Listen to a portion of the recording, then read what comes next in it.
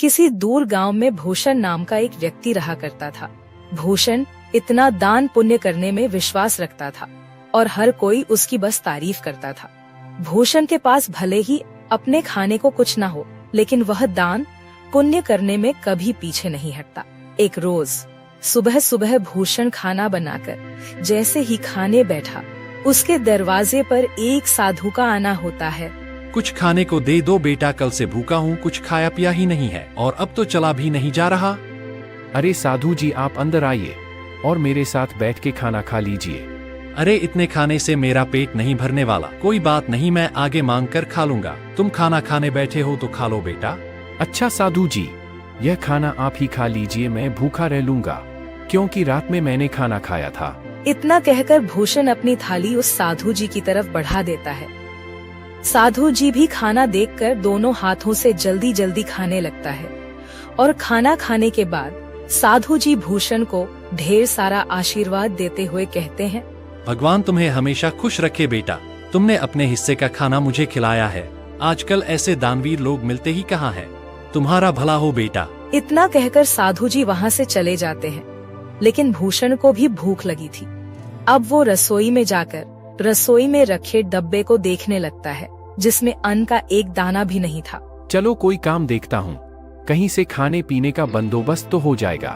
बस उस बेचारे का पेट भर गया, मुझे बहुत सुकून मिल रहा है। अब भूषण घर से निकलता है।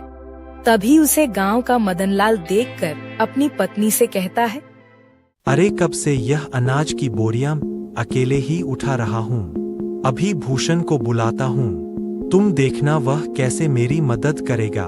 उसे तो वैसे भी लोगों की मदद करने का भूत सवार है। खुद भले ही जेब में फूटी कौड़ी ना हो, लेकिन बड़ा दानवीर बनता है। अब मदनलाल भूषण को आवाज लगाकर बुलाता है, अरे क्या हाल चाल है मदन भाई, सब ठीक तो है ना? ये अनाज की बोरियां खेतों से ला रहे हो क्या? अरे हाँ, खेतों से अभी 10 बोरियां और लानी है, लेकिन मैं बहुत ज्यादा थक गया हूँ। तुम थोड़ा हाथ बटा देते तो मेरा काम जल्दी हो जाता। अरे क्यों नहीं, चलो चलो, मैं आपके साथ मिलकर खेतों से आपके घर तक बोरियां पहुंचा देता हूं। बड़ा ही बेवकूफ है और इसे बेवकूफ बनाना भी आसान है। चलो इसी बहाने मेरी मदद हो जाएगी और थोड़ा आराम भी मिल जाएगा। इतना कहकर मदनलाल भूषण से अब कई सारी बोरियां खेत से घर रखवाता है। लेकिन भूषण तो भूखा था, उसे भूख भी बहुत तेज लग रही थी। अब बोरियां रखने के बाद मदनलाल भूषण से कहता है, बहुत बहुत शुक्रिया भूषण भाई। अगर तुम ना होते ना तो मुझे यह बोरियां ढोते ढोते रात हो जाती। कई घंटे बोरियां ढोने के बाद भूषण थक जाता है और अब वह उधार लाला की दुकान से राशन लेकर खाना बनाकर खाता है। अगली सुबह उसके दरवाजे पर किसी के रोने की आवाज आ रही होती है। भूषण नींद में होता है और दरवाजा खोलता है तो देखता है उसका पड़ोसी बिरजू अपनी पत्नी को पीट रहा है। अरे अरे बिरजू, तुम अपनी पत्नी को इस तरह क्यों मार रहे हो? अरे क्यों न मारूं मेरी पत्नी, मेरी मर्जी। तू कौन होता बीच में बोलने वाला? देख बिरजू, ऐसे सुबह सुबह मारपीट करना सही बात नहीं है। पूरे गांव के लोग इकट्ठा होकर यह सब देख रहे हैं, यह अच्छा है क्या? अरे भूषण बेटा, तू भी किसे समझा रहा है? इसे समझाना मतलब अपना सिर दीवार पर मारने वाली बात है। जरूर सुबह सुबह चमेली से पैसे मांगने के लिए लड़ रहा होगा। पीने को पैसे नहीं होंगे ना इसके पास। अरे बुढ़िया चुप कर, ज्यादा बोलने की जरूरत नहीं है। आजकल के बच्चों को तो अपने से बड़ों से बात करने की तमीज ही नहीं है। अरे मैं तो तेरी माँ की उम्र की हूँ और तू है कि मुझसे बदतमीजी से बात कर रहा है। लेकिन मैंने तो नहीं कहा आपको कि मेरे बीच में बोलने के लिए। इतना कहकर बिरजू फिर से अपनी पत्नी चमेली को मारने लगता है। लेकिन भूषण से यह सब देखा नहीं जाता और वह बिरजू का हाथ पकड़ लेता है और उसे एक जोरदार तमाचा लगाता है। यह देखकर सारे गांव वाले ताली बजाने लगते हैं। बिल्कुल ठीक किया यार, इसी के लायक है। अरे अपनी पत्नी पर हाथ उठाता है और खुद को मर्द समझता है। गांव के ढेर सारे लोग ये तमाशा देख रहे होते हैं। उनमें से एक औरत भूषण से कहती है, आप सच में बहुत नेक दिल के हैं। हर किसी की मदद करते हैं, हर किसी का भला चाहते हैं। हम गांव वाले बस आपसे इतना चाहते हैं कि अगला हमारा सरपंच आप ही हो। अरे क्या बात कही है तूने? यह बात तो काफी समय से मैं दिल में दबाए बैठी थी। अरे हाँ हाँ बिल्कुल, भूषण भाई गांव का सरपंच बनेंगे तो गांव में विकास होगा, तरक्की होगी। उस सज्जन सिंह के पास तो गांव के लोग जाने से भी डरते हैं, और रही उसे कुछ कहने की बात तो कोई भी उसके सामने मुंह नहीं खोल पाता।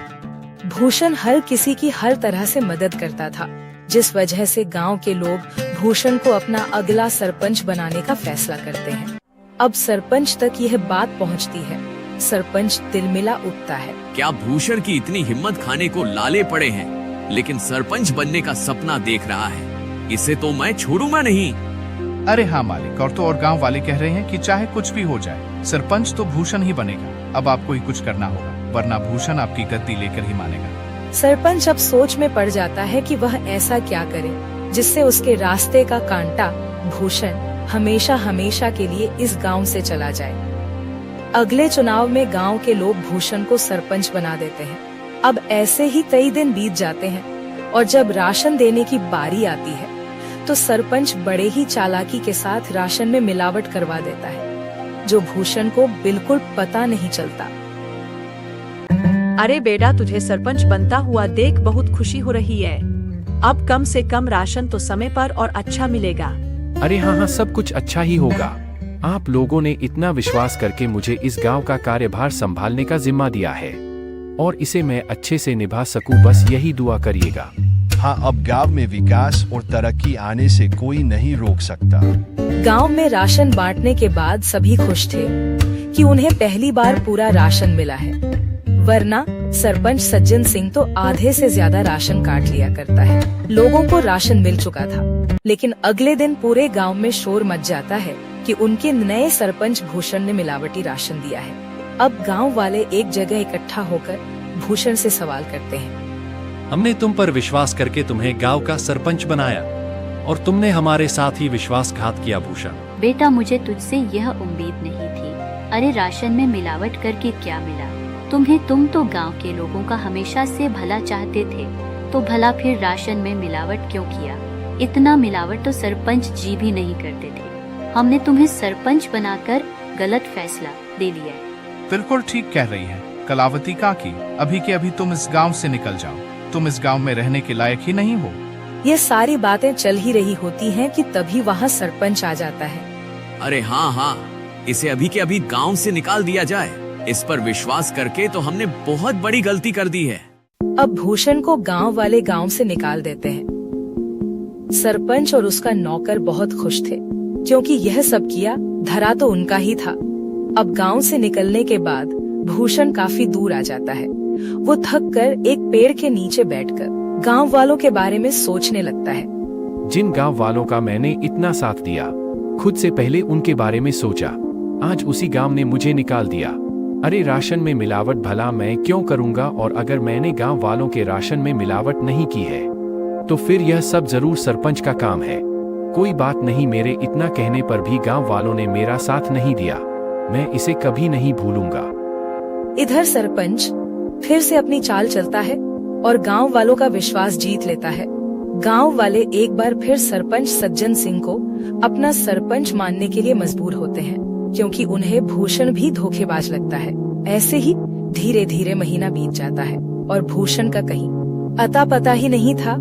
एक रोज सरपंच का नौकर जंगल के रास्ते घर आ रहा होता है। तभी वह दो आदमी को बातें करते हुए सुनता है, जो भूषण के बारे में बात कर रहे थे। अब वो नौकर घबराता हुआ घर पहुंचता है और सरपंच से कहता है, मालिक, मैंने दो लोगों को आपस में बातचीत करते हुए सुना है। वो दोनों भूषण के बारे में बात कर रहे थे। वो जंगल में जो झोपड़ी है ना, उसी में भूषण आत्महत्या कर लिया है, और यह करीब एक सप्ताह पहले की बात है। क्या इसका मतलब मेरे रास्ते का कांटा अब हमेशा हमेशा हमेशा के लिए मेरे रास्ते से हट गया है? चलो अच्छा है। और तो और मालिक, यह बात तो गांव वाले भी जानते हैं। न जाने उन तक ये बात किसने पहुंचाई। हो सकता है उन्हीं लोगों ने पहुंचाई हो जो बात कर रहे थे। अरे गांव वाले बहुत ही मतलबी हैं। भूषण ने गांव वालों का कितना साथ दिया, और गांव वाले भी यही कहेंगे कि भूषण ने शर्म के मारे आत्महत्या कर ली। गांव वालों के साथ साथ सरपंच को भी अब पूरा यकीन हो गया था कि भूषण ने आत्महत्या कर ली है। लेकिन कुछ दिनों बाद भूषण सरपंच के दरवाजे पर पहुंचता है। शाम का समय था, चारों तरफ अंधेरा छा रहा था। सरपंच अपने नौकर को आवाज लगाकर कहता है, अरे सामने देख, जरा कोई खड़ा है क्या? मुझे तो ऐसा लग रहा है कि सामने भूषण है, मतलब भूषण का भूत। मालिक, ये भूषण का भूत ही लगता है। ये आपसे बदला लेने आया है। मैं तो चला यहाँ से, मुझे भरी जवानी में नहीं मरना। मेरे 4 बच्चे हैं और 2 बीवियां हैं। सरपंच का नौकर इतना कहकर वहाँ से दुम दबाकर भाग निकलता है। भूषण जैसे जैसे आगे बढ़ रहा था, सरपंच पसीने से तरबतर हो रहा था। वही रुक जा भूषण का भूत, तुझे क्या चाहिए? मैं तुझे सब कुछ देने के लिए तैयार हूँ, अपना घर, जमीन, पैसा, लेकिन मुझे मारना मत। मैं तुम्हें नहीं छोड़ूंगा। तुमने मुझे बदनाम किया है। अब तुम ही यह सच गांव वालों के साथ सामने बोलोगे, वरना मैं तुम्हें मार डालूंगा।